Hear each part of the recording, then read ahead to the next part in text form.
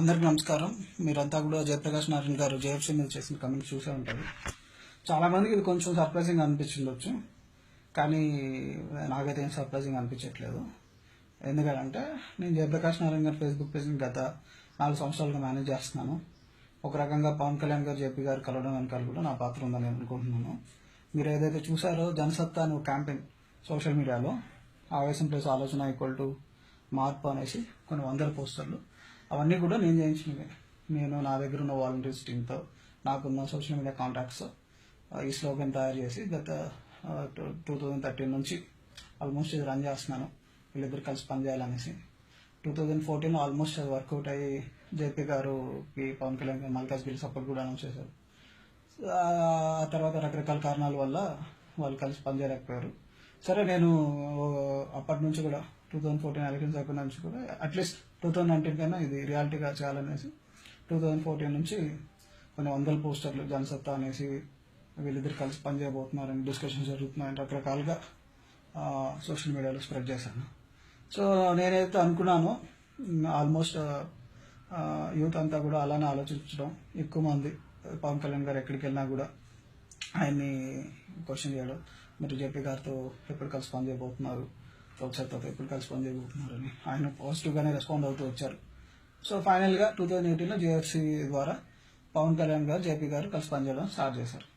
అయితే జేపీ గారు ఏమో జేఎఫ్సీలో రోల్ తీసుకున్న తర్వాత ఆయనకి ఇచ్చిన రోల్ న్యాయం చేయడం మానేసి ఆయన ఎంతసేపు ఆంధ్రప్రదేశ్ స్టేట్ గవర్నమెంట్ని కాపాడుకుంటూ రావడం ప్రారంభించారు.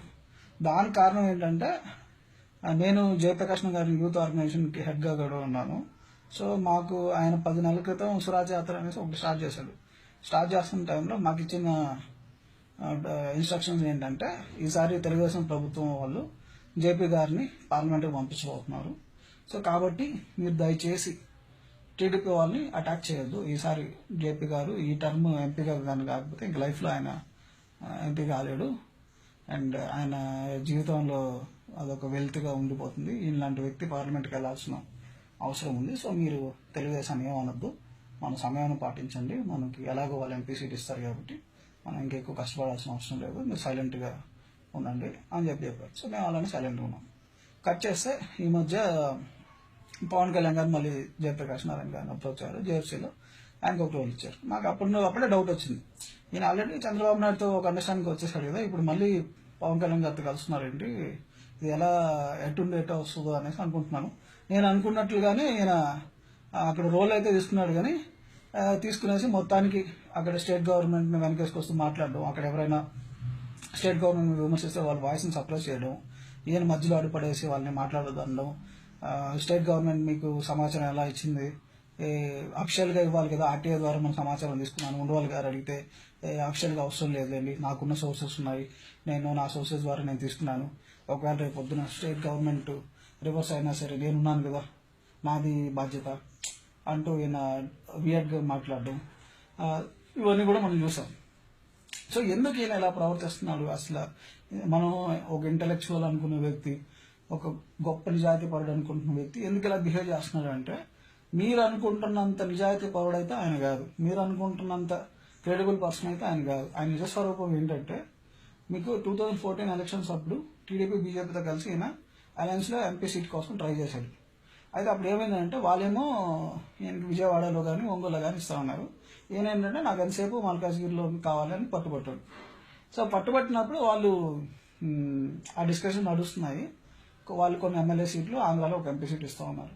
సో వాళ్ళు ఫైనల్గా ఏంటంటే, వాళ్ళు ఈయనకి మల్కాజ్గిరిలో ఎంపీ సీట్ ఇవ్వడానికి ఒప్పుకోలేదు. దాంతో ఈయన కోపం వచ్చేసి ఎలక్షన్ క్యాన్సిల్ చేసేసి ఎలక్షన్స్లో సింగిల్గా పోటీ చేస్తాం అనేది అనౌన్స్ చేశారు. చేసినప్పుడు ఆ party elected state committee office bearers ఎవరైతే ఉన్నారో వాళ్ళందరికీ కోపం వచ్చింది.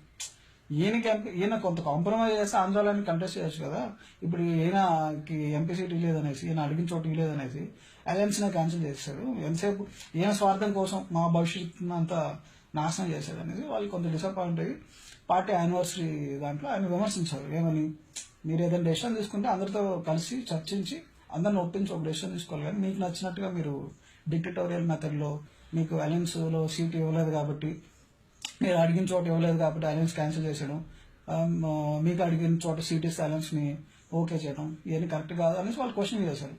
అండ్ క్వశ్చన్ చేశారు. ఈయన డిక్టటోరియల్ మెథడ్తో వాళ్ళందరూ విసిగిపోయి వాళ్ళందరూ ఒక టీం లాగా ఫామ్ అయిపోయారు.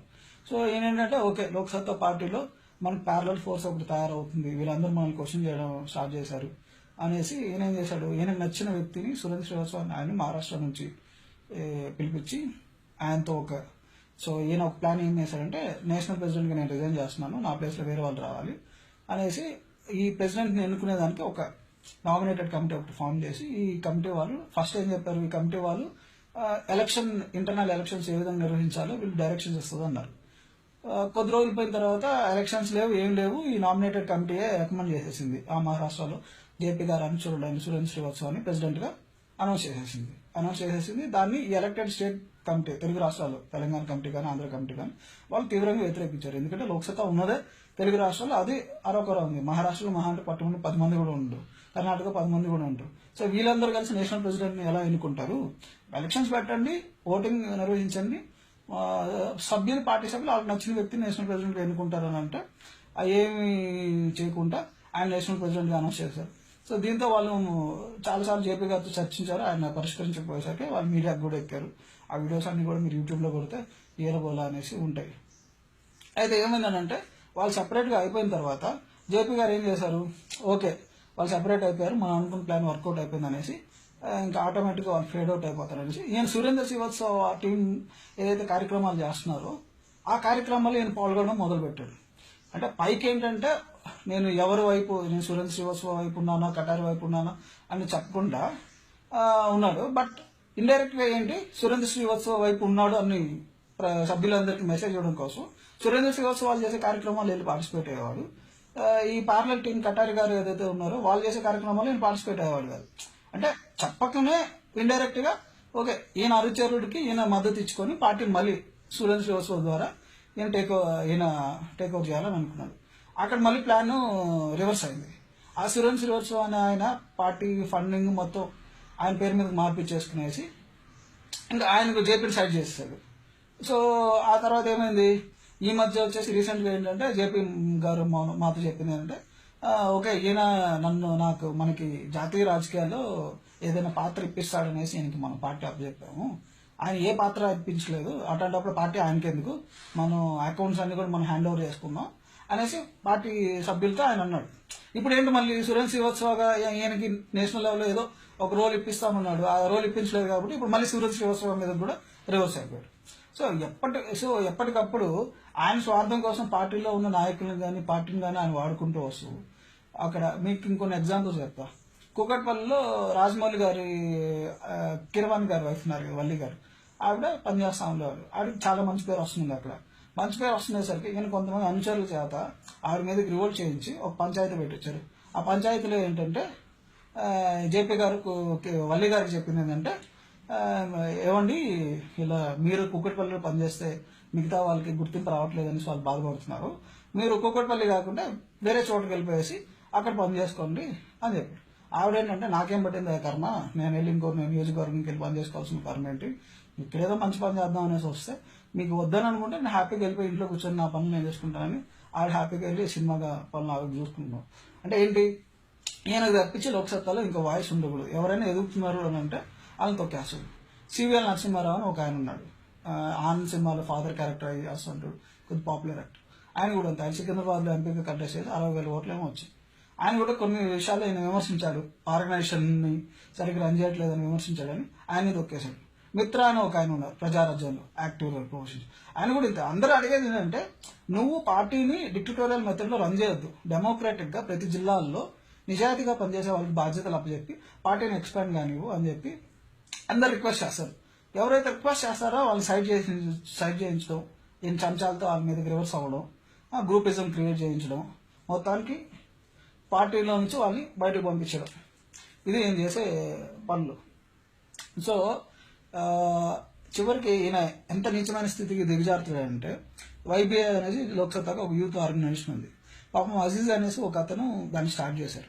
వాళ్ళు స్టార్ట్ చేసి యాక్టివ్గా దాన్ని ముందుకు తీసుకెళ్తున్న టైంలో వాళ్ళకి మంచి పేరు వస్తుందని చెప్పేసి వాళ్ళని కూడా పార్టీ నుంచి, వాళ్ళని కూడా ఆర్గనైజేషన్లో వాళ్ళ ప్యారలల్గా కొంతమంది ఈయన అనుచరుల్ని తయారు చేసి ఈ అనుచరులు వాళ్ళ మీద రివర్స్ అజిటేట్ చేసి ఆ పంచాయతీలో ఆ అజీజ్ అనే వ్యక్తి ఎవరైతే నిజాయితీగా పనిచేస్తున్నాడో ఆయన అవమానించి ఘోరంగా తిట్టి, ఇక్కడికి వచ్చే వాళ్ళంతా సెన్సిటివ్ వాళ్ళు ఉంటారు. వాళ్ళు ఏంటంటే ఇలా తిడితే, లేదంటే జేపీ గారు అంటే ఒక అభిమానం ఉండి ఈయనేదో న్యాయం చేస్తాడని అనుకుని వచ్చిన తర్వాత ఈయన పార్షియల్గా స్వార్థంగా వ్యవహరించిన తర్వాత వాళ్ళు హట్ అయిపోయి బాధపడిపోయి ఆ పాపం అతను ఏడ్చుకుంటూ వెళ్ళిపోయాడు. ఇంకా ఆ రోజు నుంచి ఈ రోజు వరకు అతను మళ్ళీ తిరిగి రాలేదు. ఆయన చాలా అన్నా హజారేతో క్యాంపెయిన్స్ చేయించడము, తర్వాత చాలా మంచి కార్యక్రమాలు కార్పొరేట్ కంపెనీస్లో సెమినార్స్ కండక్ట్ చేయించడం, చాలా కార్పొరేట్ ఎంప్లాయీస్ని తీసుకురావడం, యూత్లకు బాగా తీసుకెళ్లారు. సో ఇలా ప్రతిసారి ఆయనకి ఏంటంటే ఆయన ఒక్కడే మీడియాలో కనిపించాలా, కొత్త రాజకీయం అంటే ఆయన ఒక్కడే వాయిసే వినిపించాలా, మీడియా ఆయన ఒక్కడే టీవీ డిబేట్స్లో పిలిపించాలా.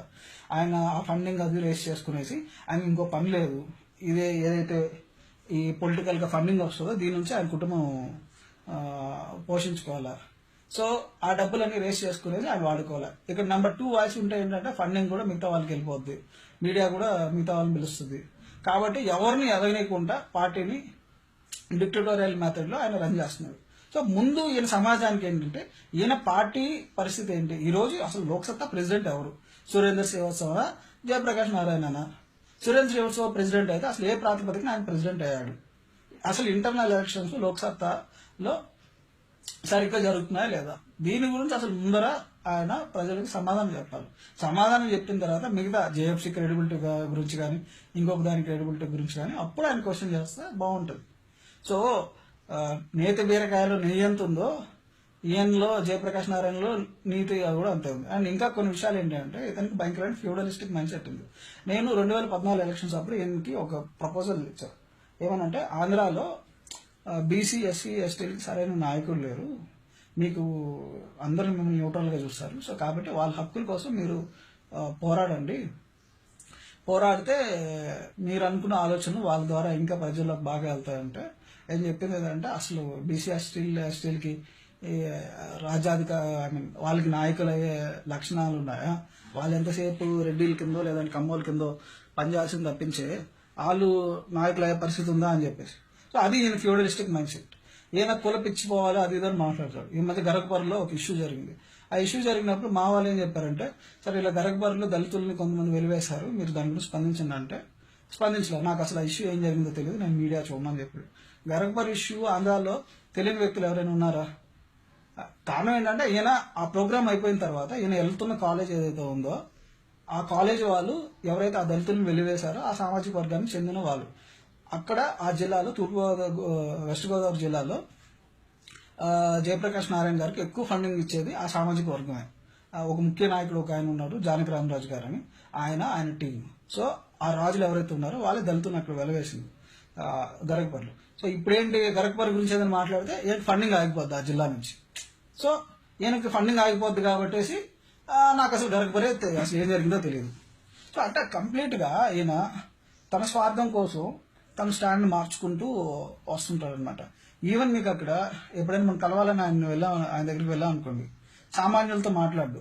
నేను 4 సంవత్సరాల నుంచి అక్కడ పనిచేస్తున్నా కూడా అసలు నేను కొన్ని పోస్ట్స్కి అయితే కొన్ని లక్షల షేర్స్ వచ్చి ఉంటాయి. ఆయన ఏదైతే వైరల్ అయ్యాయో సోషల్ మీడియాలో గత 4 yearsగా మీరు పోస్ట్ చూస్తుంటారు, అవన్నీ నేను షేర్ చేయించినవి, నేను వైరల్ చేయించినవి. అయితే కనీసం మనతో కూడా సరిగ్గా మాట్లాడు. కానీ అసలు ఏమీ పని చేయకపోయినా ఎవడైనా ఒక సాఫ్ట్వేర్ ఇంజనీరు లేదంటే అమెరికా నుంచి వచ్చారు, కొన్ని అగ్రకులస్తులు వచ్చారు అనుకోండి, వాళ్ళతో గంటలు సొల్లు మాట్లాడుతూ ఉంటాడు. నా గురించి వదిలేసండి, చాలా మంది కార్యకర్తలు పాపం అన్నీ వదులుకొని పని చేస్తున్నారు. అసలు వాళ్ళకి అపాయింట్మెంటే ఇడు, వాళ్ళు అసలు బయట వెయిట్ చేస్తూ ఉండాలి. నేను ఆఫీస్లోకి ఎంటర్ అయ్యేటప్పుడు బయటకు వెళ్ళేటప్పుడు ఒక 30 సెకండ్లు వాళ్ళతో హాయ్ బాయ్ చెప్పేసి వెళ్ళిపోతాడు. అదే డబ్బున్నవాడు వచ్చాడు అనుకోండి, తన కులానికి చెందిన వాళ్ళు వచ్చారనుకోండి, వాళ్ళు లోపలికి పిలుచుకొని గంటలు సొల్లు బాతకాన్ని లేస్తూ ఉంటాడు. అదే మనం అడిగాం అనుకోండి, నేను చాలా బిజీగా ఉన్నాను మీరు వెయిట్ చేయండి. కంప్లీట్ ఫ్యూడలిస్టిక్ మైండ్ సెట్ అనమాట. అంత స్పెషల్ స్టేటస్ గురించి పోరాడాలని నేను చాలాసార్లు రిక్వెస్ట్ చేసే ఏంటంటే ఆయన పోరాడలేదు. వాళ్ళు నాకు ఓటైనప్పుడు వాళ్ళు నా గురించి పట్టించుకున్నప్పుడు నేను ఎందుకు పట్టించుకోవాలి వాళ్ళ గురించి, వాళ్ళ కర్మ వాళ్ళు అనుభవించండి అని చెప్పేవాడు. సడన్గా ఇప్పుడు ఏమైందో ఏదో ఇప్పుడు స్పెషల్ స్టేటస్ని నెత్తికేసుకునేసి మొత్తం నేనే దీన్ని ప్రపోజ్ చేశాను, నేనే దీన్ని అంతు తేలుస్తాను, నేనే దీన్ని సాధిస్తాను అంటే ఇప్పుడు మాట్లాడుతున్నాడు. విషయం ఏంటంటే ఇప్పుడు ఎంపీగా ఎలక్షన్స్ దగ్గర పడ్డాయి, సో ఎంపీ కావాలి కాబట్టి ఈ ఇష్యూ కానీ టేకప్ చేస్తే కొంత పబ్లిసిటీ వస్తుంది. సో అది ఇది ఈయన భాగవతం. సో కాబట్టి ఈయన ఏదో నీతివంతుడు అని అనుకునేసి ఈయన సడన్ గా ఈయన ఏదో ఇప్పుడు జేఎఫ్సీని విమర్శించాడు కాబట్టి జేఎఫ్సీ సరిగ్గా ఫంక్షన్ కావట్లేదు అని ఏమనుకోవద్దు. ఈయన బేసిక్లీ ఇతను చాలా హిపోక్రెట్, కులగజ్జ ఉన్న వ్యక్తి, ఫ్యూడలిస్టిక్ మైండ్ సెట్ ఉన్న వ్యక్తి, ఒక అవకాశవాది. ఈయన పార్టీని రన్ చేసిన విధానం నేనే కాదు, ఇంకా భవిష్యత్తులో చాలా మంది రాబోతున్నారు. ఈ స్టేట్ కమిటీ లీడర్స్ ఎవరైతే ఉన్నారో వాళ్ళందరినీ కూడా రిక్వెస్ట్ చేస్తాను బయటకు వచ్చి మాట్లాడమని. వాళ్ళందరూ కూడా మాట్లాడతారు. మాట్లాడిన తర్వాత అసలు ఈయన భాగవతం ఏందనేది ప్రజలందరికీ తెలుస్తుంది. జై హింద్.